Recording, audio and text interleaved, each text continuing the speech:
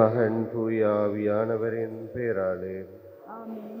நம் ஆண்டவராகிய இயேசு கிறிஸ்துவின் அருளும் கடவுளின் அன்பும் தூய ஆவியானவரின் நட்புறவும் உங்கள் அனைவரோடும் இருப்பதாக. சோதரே, இன்று தம்முடைய வேண்டுதலை ஆண்டவரிடம் வைக்கிறவர்களுக்காக நாங்களும் சேர்ந்து மன்றாடுவோம். பிறந்து போன சகோதரி லுட்வின் கிறிஸ்டா மரியதாஸ், ஸ்டான்லி, மேரி ஹெலன் ஜேசிலி, நவரத்ன ராஜா என்டன், பிரதிவிராஜ், மெலக்கியாஸ் என்னம்மா, செல்லையா, பிலோமினா, பிரகாசம், ஜான் பிள்ளை, வைத்தியான் மரியநாயகம், துரைசிங்க உத்தரியம் ஆகியோருக்காக சுபிப்போம். ஆண்டவருக்கு வந்த விதமாக இந்த பலியை நாங்கள் ஒப்புக் கொடுக்க எங்களுடைய தகுதி இனத்தை ஏற்று ஆண்டவருடைய இரக்கத்தை வேண்டுவோம்.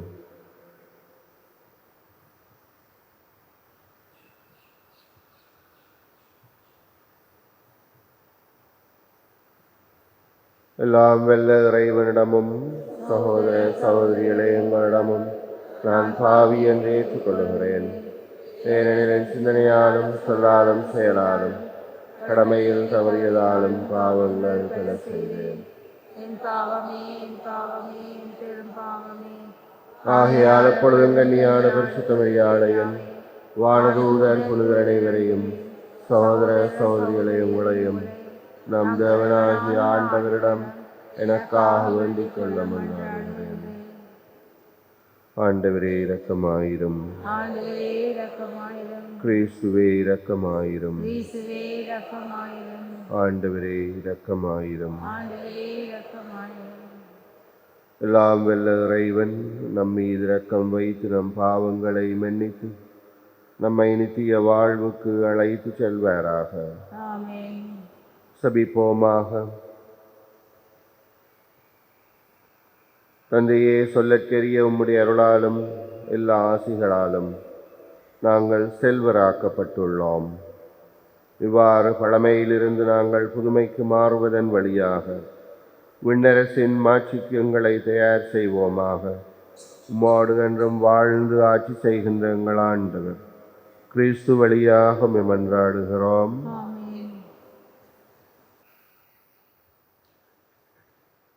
குற்றம் எதுவும் நான் செய்தறியேன், ஆயினும் இதோ நான் சாக வேண்டி இருக்கிறது. இறைவாக்கினர் தானியேல் நூலிலிருந்து வாசகம். அந்நாட்களில் இஸ்ரேல் மக்கள் கூட்டம் சூசன்னாவுக்கு சாவு தீர்ப்பிட்டது.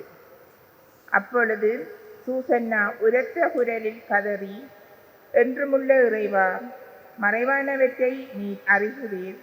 நிகழும் முன்பே எல்லாம் உமக்கு தெரியும். இவர்கள் எனக்கு எதிராக பொய்ச்சான்று சொல்லியுள்ளனர் என்பதும் உமக்கு தெரியும். இவர்கள் என் மீது சாட்டிய குற்றம் எதுவும் நான் செய்தறியேன், ஆயினும் இதோ நான் சாக வேண்டியிருக்கிறதே என்று சொன்னார். ஆண்டவர் சூசன்னாவுடைய கூக்குரலுக்கு செவி சாய்த்தார். கொல்லப்படுமாறு அவர் நடத்தி செல்லப்பட்ட பொழுது தானியேல் என்னும் பெயருடைய இளைஞரிடம் தூய ஆவியை கடவுள் தூண்டிவிட்டார். தானியேல் உரத்த குரலில், இவருடைய இரத்தப்பழியில் எனக்கு பங்கில்லை என்று கத்தினார். மக்கள் அனைவரும் அவர் பால் திரும்பி, நீர் என்ன சொல்கிறீர் என்று வினவினர். அவரோ அவர்கள் நடுவே நின்று கொண்டு பின்வருமாறு சொன்னார்.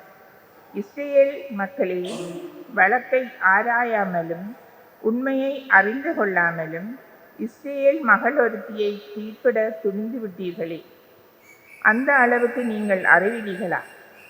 நீதி வழங்கும் இடத்திற்கு திரும்பி போங்கள். இம்மனிதர்கள் இவருக்கு எதிராக பொய்ச்சான்று சொல்லி இருக்கிறார்கள் என்றார். எனவே மக்கள் எல்லாரும் விரைவாக திரும்பி வந்தார்கள். மற்ற மூப்பர்கள் தானியேலிடம், நீர் வந்து எங்கள் நடுவே அமர்ந்து எங்களுக்கு விரிவாய் விளக்கி காட்டும். ஏனெனில் மூப்பருக்குரிய சிறப்பை கடவுள் உமக்கு அளித்துள்ளார் என்று வேண்டிக் கொண்டார்கள். அப்பொழுது தானியேல், இவர்களை தனித்தனியே பிரித்து தொலைவில் வையுங்கள், நான் இவர்களை வினவுவேன் என்றார். எனவே அவர்கள் இருவரையும் தனித்தனியே பிரித்து வைத்தார்கள். அப்பொழுது தானியேல் அவர்களுள் ஒருவரை அழைத்து, தீச்செயலில் விளைந்தவனே, நீ முன்பு செய்த பாவங்கள் இப்பொழுது வெளியாகிவிட்டன. மாசற்றவர்களையும் நீதிமான்களையும் சாவுக்கு உள்ளாக்காதே என்று ஆண்டவர் சொல்லியிருந்தும் நீ முறைகேடாக தீர்ப்புகள் வழங்கி மாசற்றவர்களை தண்டித்து குற்றவாளிகளை விடுவித்துள்ளாய். இதோ நீ உண்மையிலேயே சூசன்னாவை பார்த்திருந்தால் எந்த மரத்தடியில் அவர்கள் கூடியிருக்க கண்டாய் சொல் என்று கேட்டார். அதற்கு அவர், விளாமரத்தடியில் என்றார். அதற்கு தானியேல், நீ நன்றாக பொய் சொல்கிறாய், அது உன் தலைமையிலேயே விழும். ஏனெனில் கடவுள் தூதர் ஏற்கனவே இறைவனிடமிருந்து தீர்ப்பை பெற்றுவிட்டார். அவர் உன்னை இரண்டாக வெட்டி பிளப்பார் என்றார். பின் அவரை அனுப்பிவிட்டு மற்றவரை தம்மிடம் அழைத்து வருமாறு பணித்தார். அவரை நோக்கி, நீ யூதாவுக்கல்ல கானானுக்கு பிறந்தவன். அழகு உன்னை மயக்கிவிட்டது, காமம் உன்னை நெறிதவர செய்து விட்டது. நீங்கள் இருவரும் இஸ்ரேல் மகளிரை இவ்வாறே நடத்தி வந்திருக்கிறீர்கள். அவர்களும் அச்சத்தால் உங்களுக்கு இணங்கி வந்திருக்கிறார்கள். ஆனால் யூதாவின் மகளாகிய இவரால் உங்கள் தீச்செயலை பொறுத்து கொள்ள முடியவில்லை. இதோ எந்த மரத்தடியில் சேர்ந்திருக்கும் பொழுது நீ இவர்களை பிடித்தாய் சொல் என்றார். அவரோ, கருவாலி மரத்தடியில் என்றார். தானியேல் அவரிடம், நீயும் நன்றாக பொய் சொல்கிறாய், அது உன் தலைமையிலேயே விழும். ஏனெனில் உன்னை இருகூறாக வெட்டவும் இவ்வாறு உங்கள் இருவரையும் அழித்தொழிக்கவும் கடவுளின் தூதர் வாளுடன் காத்து கொண்டிருக்கின்றார் என்றார். உடனே மக்கள் கூட்டம் முழுவதும் உரத்த குரல் எழுப்பி தம்மில் நம்பிக்கை வைத்திருப்போருக்கு மீட்பளிக்கும் கடவுளை போற்றியது. அவர்கள் அந்த முதியோர் இருவருக்கும் எதிராக எழுந்தார்கள். ஏனெனில் அவர்கள் பொய்ச்சார்ந்து சொன்னதை அவர்கள் வாய்மொழியாகவே தானியேல் மெய்ப்பித்திருந்தார். அம்முதியோர் பிறருக்கு செய்ய இருந்த தீங்கை அவர்களுக்கே மக்கள் செய்தார்கள். மோசே சட்டப்படி அவர்களை கொன்றார்கள். இவ்வாறு மாசற்ற சூசன்னா அன்று காப்பாற்றப்பட்டார். இது ஆண்டவர் வழங்கும் அருள்வாக்கு. கவிதை பாடலுக்கு பல்லவியாக, இருள் பள்ளத்தாக்கில் நடக்க நேர்ந்தாலும் நான் எதற்கும் அஞ்சுடேன். இருள் சூழ் பள்ளத்தாக்கில் நடக்க நேர்ந்தாலும் நான் எதற்கும் அஞ்சிடேன். இருள் சூழ் பள்ளத்தாக்கில் நடக்க நேர்ந்தாலும் நான் எதற்கும் அஞ்சிடேன்.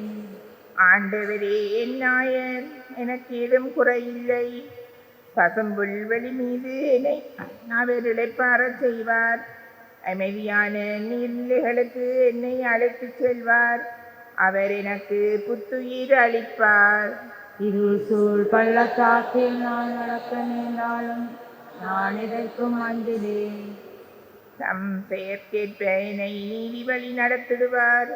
மேலும் சாவின் இருள் சூழ் பள்ளத்தாக்கில் நான் நடக்க நேர்ந்தாலும் நீர் என்னோடு இருப்பதால் எத்தீங்கிற்கும் அஞ்சிடேன்.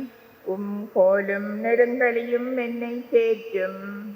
இருள் சூழ் பள்ளத்தாக்கில் நடக்க நேர்ந்தாலும் நான் எதற்கும் அஞ்சிடேன். என்னுடைய எதிரிகளின் கண்முன்னே எனக்கொரு விருந்தினை ஏற்பாடு செய்கின்றீர். என் தலையில் நறுமண தைலம் பூசுகின்றீர். எனது பாத்திரம் நிரம்பி வழிகின்றது. இருள் சூழ் பள்ளத்தாக்கில் நடக்க நேர்ந்தாலும் நான் எதற்கும் அஞ்சிடேன். உண்மையாகவே என் வாழ்நாள் எல்லாம் உம்மருள் நலமும் பேரன்பும் என்னை கூட சூழ்ந்து வரும். நானும் ஆண்டவரின் இல்லத்தில் நெடுநாள் வாழ்ந்திருப்பேன். இருள் சூழ் பள்ளத்தாக்கில் நடக்க நேர்ந்தாலும் நான் எதற்கும் அஞ்சிடேன். இருள் சூழ் பள்ளத்தாக்கில் நான் நடக்க நேர்ந்தாலும் நான் எதற்கும் அஞ்சிடேன்.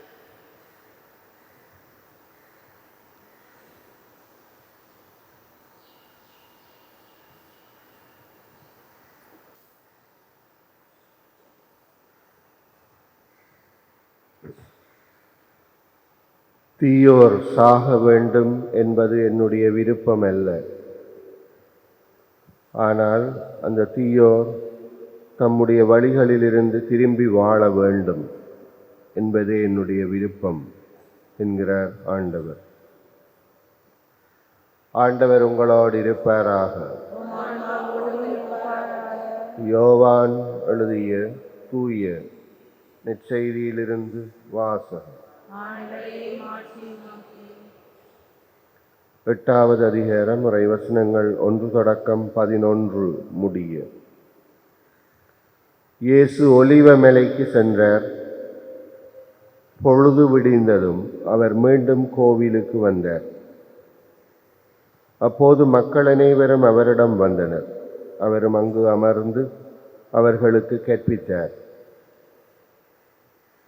மறைநூல் அறிஞரும் பரிசேயரும் விபச்சாரத்திலே பிடிபட்ட ஒரு பெண்ணை கூட்டிக் கொண்டு வந்து நடுவிலே நிறுத்தி, போதகரே, இந்த பெண் விபச்சாரத்தில் கையும் மெய்யுமாக பிடிபட்டவள். இப்படிப்பட்டவர்களை கல்லாலே எறிந்து கொல்ல வேண்டும் என்பது மோசே நமக்கு கொடுத்த திருச்சட்டத்தில் உள்ள கட்டளை. நீர் என்ன சொல்கிறீர் என்று கேட்டனர். அவர் மேல் குற்றம் சுமத்த ஏதாவது வேண்டும் என்பதற்காக அவர்கள் இவ்வாறு கேட்டு சோதித்தனர். இயேசு குனிந்து விரலால் தரையில் எழுதி கொண்டிருந்தார். ஆனால் அவர்கள் அவரை விடாமல் கேட்டுக்கொண்டே இருந்ததால் அவர் நிமிர்ந்து பார்த்து, உங்களுள் பாவம் இல்லாதவர் முதலில் இப்பெண் மேல் கல் எறியட்டும் என்றார். மீண்டும் குனிந்து தரையில் எழுதி கொண்டிருந்தார். அவர் சொன்னதை கேட்டதும் முதியோர் தொடங்கி ஒருவர் பின் ஒருவராக அவர்கள் யாவரும் அங்கிருந்து சென்று விட்டார்கள். இறுதியாக இயேசு மட்டுமே அங்கிருந்தார். அந்த பெண் அங்கே நின்று கொண்டிருந்தார். இயேசு நிமிர்ந்து பார்த்து, அம்மா, அவர்கள் எங்கே? நீர் குற்றவாளி என்று எவரும் தீர்ப்பிடவில்லையா என்று கேட்டார். அவரோ, இல்லை ஐயா என்றார். இயேசு அவரிடம், நானும் தீர்ப்பளிக்கவில்லை, நீர் போகலாம், இனிமேல் பாவம் செய்யாதீர் என்றார். இது இயேசு கிறிஸ்துவின் நற்செய்தி. கிறிஸ்துவே உமக்கு புகழ். அன்பான சகோதரரே, எங்களுடைய மனித இனத்தினுடைய பொதுவான வழக்கம் இது. மற்றவர்கள் மேல் இலகுவிலே விரைவாக குற்றம் சாட்டுவர். தாங்கள் செய்த பிழைகளுக்கு கூட மற்றவர்களை சாட்டி சொல்லுவர். இதன் காரணமாகத்தான் நான் இப்படி செய்தேன் என்று ஏதாவது பொறுப்பை தட்டி கழிப்பது. ஆண்டவர் சொல்லுகிற வாக்கியத்தை மனதிலே வைத்திருப்போம். உன்மேல் பாவம் இல்லாதவர் முதலில் கல்லெறியட்டும். முதலில் நாங்கள் எங்கள் பாவங்களை கண்டுகொள்ள நாங்கள் பழகிக்கொள்ள வேண்டும்.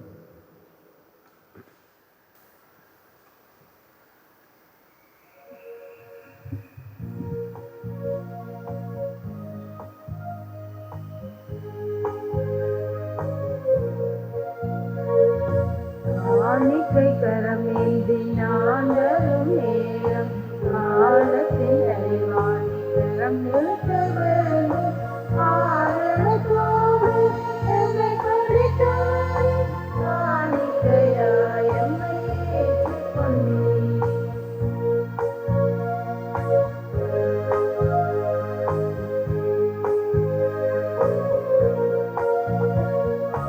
உள்ளத்தையும் உமக்கே தர வந்தேன், உகந்தது அதுவே எனக்கு. உள்ளத்தையும் உமக்கே தர வந்தேன், உகந்தது அதுவே எனக்கு. உலகத்தை அன்பாய் நீக்கவரே, உலகத்தை அன்பாய் நீக்கவரே, உமக்கே என்னை நான் தருகிறேன். காணிக்கை கரமேந்தி நான் வரும் நேரம், காலத்தின் தலைவாணி கரம் நிறுத்த வேண்டும். ஆரணத்தோடு எம்மை படைத்தாய், காணிக்கையாய் எம்மை ஏற்றுக்கொண்டீர். சகோதரரே, நாங்கள் ஒப்புக் கொடுக்கிற பலி ஆண்டவருக்கு வந்ததாக இருக்க செபியுங்கள். ஆண்டவர் தமது பெயரின் கொள்கைக்காகவும் ஆட்சிக்காகவும் நமது நன்மைக்காகவும் புனித திருவிழாவை அனைத்து நலனுக்காகவும் உமது கையிலிருந்து பலியை ஏற்றுக்கொள்வாராக. தந்தையே, மறை நிகழ்வுகளை கொண்டாட இருக்கும் நாங்கள் உம்மை மன்றாடுகிறோம்.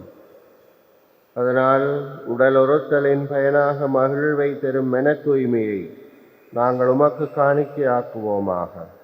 எங்கள் ஆண்டவர் கிறிஸ்து வழியாக உம்மை மன்றாடுகிறோம். ஆமென். ஆண்டவர் உங்களோடு இருப்பாராக. மனவோடும் இருப்பாராக. இது எங்களை ஆண்டவரிடம் எழுப்புங்கள். ஆண்டவரிடம் அனுப்பியுள்ளோம். நம் இறைவனாகிய ஆண்டவருக்கு நன்றி கூறுவோம். தகுதியும் நீதியுமானது. ஆண்டவரே, பரிசுத்த தந்தையே, என்றும் உள்ள எல்லாம் வல்ல இறைவா, நாளும் அவ்விடத்திலும்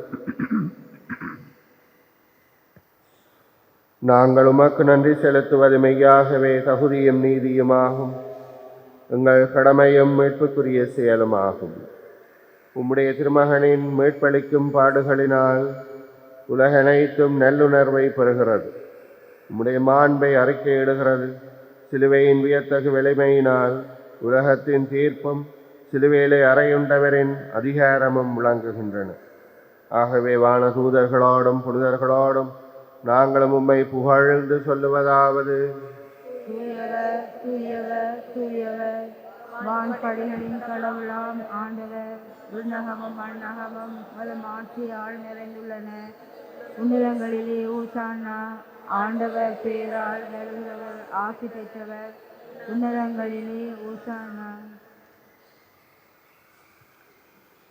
வானக தந்தையே, நேர்மையாகவே தூயவர், புனிதத்துக்கெல்லாம் ஊற்றாகவே உம்முடைய தூயாவியை பொழிந்து இந்த காணிக்கைகளை புனிதப்படுத்த வேண்டும் என்று மன்றாடுகிறோம். இவ்வாறங்கள் ஆண்டவர் இயேசு கிறிஸ்துவின் உடலும் இரத்தமுமாக எங்களுக்கு வைமாறுவனவாக. அவர் பாடுபட மனமுவந்து தம்மை கையளித்த போது அப்பத்தை எடுத்து நன்றி செலுத்தி அதை பிட்டு தம் சீடருக்கு கொடுத்து அவர் சொன்னதாவது: அனைவரும் இதை வாங்கி உண்ணுங்கள், ஏனெனில் இது உங்களுக்காக கையளிக்கப்படும் என் சரீரம்.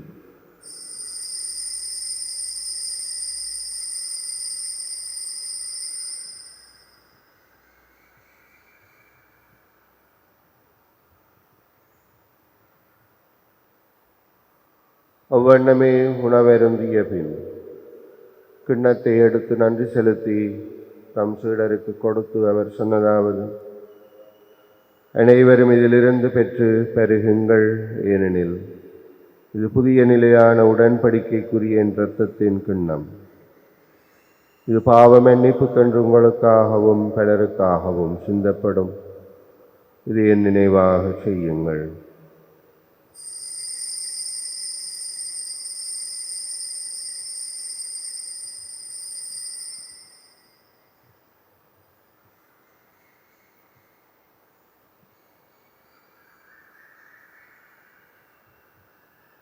இது எங்கள் விசுவாசத்தின் மறை பொருள்.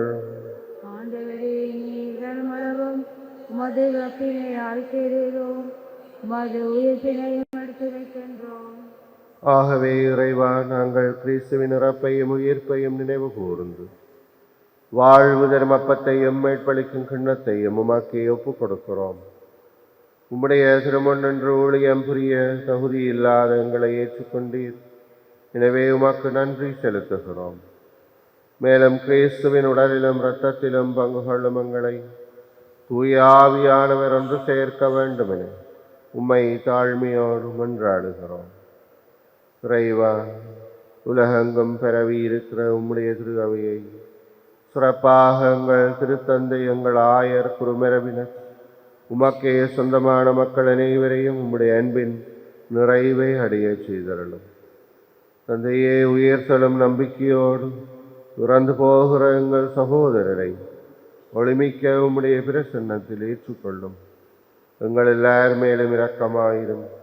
கடவுளின் கன்னித்தாயான பரிசுத்த மரியா, அவருடைய கணவரான புனித யோசேப்பு, புனித திருத்தூதர்கள், இவ்வுலகில் உமக்கு வந்தவர்களாக இருக்கிற புனிதர்கள் அனைவரோடும் நாங்களும் நிலையான வாழ்வில் தோழமை கொண்டு திருமகன் இயேசு கிறிஸ்து வழியாக உமையே புகழ்ந்தேத்தும் வரமெருள உம்மை மன்றாடுகிறோம்.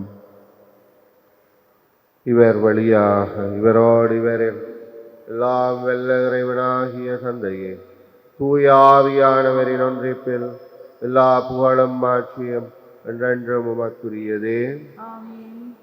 தந்தையாகிய இறைவனிடம் நம்பிக்கையோடு செபிப்போம். விண்ணுலகில் இருக்கிற எங்கள் தந்தையே, மது பெயர் தூயதென போற்றப் பெறுக. மது ஆட்சி பெறுக. மது திருவிழம் மண்ணுலகில் நிறைவேறுவது போல மண்ணுலகிலும் நிறைவேறுக. எங்கள் அன்றாட உணவை இன்று எங்களுக்கு தாரும். எங்களுக்கு எதிராக குற்றம் செய்வோரை நாங்கள் மன்னிப்பது போல எங்கள் குற்றங்களை மன்னியும். எங்களை சோதனைக்கு படுத்தாமல் தீமையிலிருந்து எங்களை விடுவித்தருளும். ஆண்டவரே, தீமைகள் அனைத்திலிருந்து எங்களை விடுவித்து எங்கள் வாழ்நாளிலே அமைதியை கருணை புரிந்து அருள உம்மை மன்றாடுகிறோம். உம்முடைய இரக்கத்தின் உதவியால் நாங்கள் எல்லா பாவ அடிமைத்தனங்களிலிருந்தும் விடுதலை பெற்று யாதொரு பயமுமின்றி நலமாயிருப்போமாக. நாங்கள் நம்பியிருக்கிற பேரின்ப வாழ்வையும் எங்கள் மீட்பர் இயேசு கிறிஸ்துவின் வருகையையும் மகிழ்ச்சியோடு எதிர்பார்த்திருக்கிறோம். ஆட்சியும் வல்லமையும் ஆட்சியும் என்றென்றும் உமதே. ஆண்டவராகிய இயேசு கிறிஸ்துவே, அமைதியை உங்களுக்கு விட்டு செல்லுகிறேன், என் அமைதியை உங்களுக்கு தருகிறேன் என்றும் அப்போஸ்தலருக்கு மொழிந்தீரே. எங்கள் பாவங்களை பாராமல் உம்முடைய மக்களின் விசுவாசத்தையே கண்ணோக்கி எங்களுக்கு அமைதியும் ஒற்றுமையும் தந்திரள திருவுளம் கொள்வீராக. என்றென்றும் வாழ்ந்து ஆட்சி செய்கிறவர் நீரே. ஆண்டவருடைய அமைதி உங்களோடு இருப்பதாக. ஒருவர் மற்றவருக்கு ஆண்டவருடைய அமைதியை வாழ்த்துவோம். உங்களுக்கு அமைதி உண்டாகும். உலகின் பாவங்களை போக்கும் இறைவனின் செம்மறியை உங்கள் மேல் இரக்கமாயிரும். உலகின் பாவங்களை போக்கும் இறைவனின் செம்மறியை உங்கள் மேல் இரக்கமாயிரும். உலகின் பாவங்களை போக்கும் இறைவனின் செம்மறியை எங்களுக்கு அமைதி அளித்தரும்.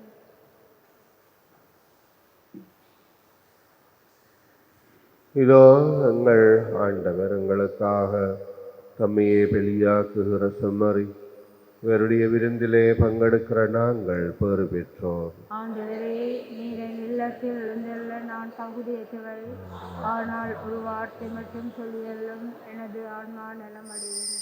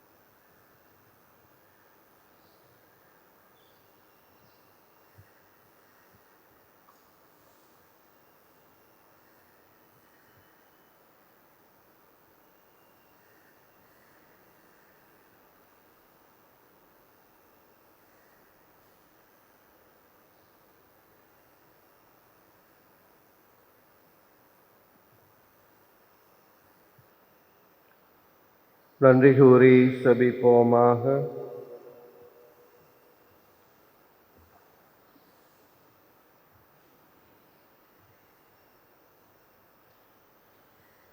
தந்தையே, உம்முடைய அருளடையாளங்களின் ஆசீரால் வலிமை பெறுகிற நாங்கள் உம்மை மன்றாடுகிறோம். இவற்றால் நாங்கள் எப்பொழுதும் குற்றங்களில் இருந்து கழுவப்பட்டு கிறிஸ்துவை பின்பற்றி உம்மை நோக்கி முன்னேறி வருவோமாக. என்றென்றும் வாழ்ந்து ஆட்சி செய்கின்றவர் வழியாக உம்மை மன்றாடுகிறோம். ஆண்டவர் உங்களோடு இருப்பாராக. எல்லாம் வல்ல இறைவன் தந்தை, மகன், தூயாவியர் உங்களை ஆசீர்வதிப்பாராக. ஆண்டவருடைய மக்களாய் வாழ சென்று வாருங்கள். இறைவனுக்கு நன்றி.